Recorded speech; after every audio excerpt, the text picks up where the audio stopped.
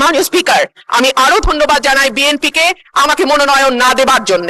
আমাকে মনোনয়ন না দেওয়ার কারণেই আমি বুঝতে পেরেছি বাংলাদেশের টেকনাফ থেকে তেতুলিয়া কত লক্ষ মানুষের ভালোবাসা, দোয়া, সহযোগিতা আমার পাশে ছিল।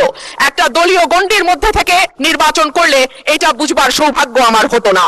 মাননীয় স্পিকার, আমি গভীর শ্রদ্ধার সঙ্গে স্মরণ করি দেশনেত্রী, 3 বারের সাবেক প্রধানমন্ত্রী বেগম খালেদা জিয়াকে, যিনি আমাকে স্নেহ দিয়ে রাজনীতিতে এনেছিলেন এবং আমি বিশ্বাস করি তার অপূর্ণতা এই সংসদে কোনো দিন পূরণ হবে না।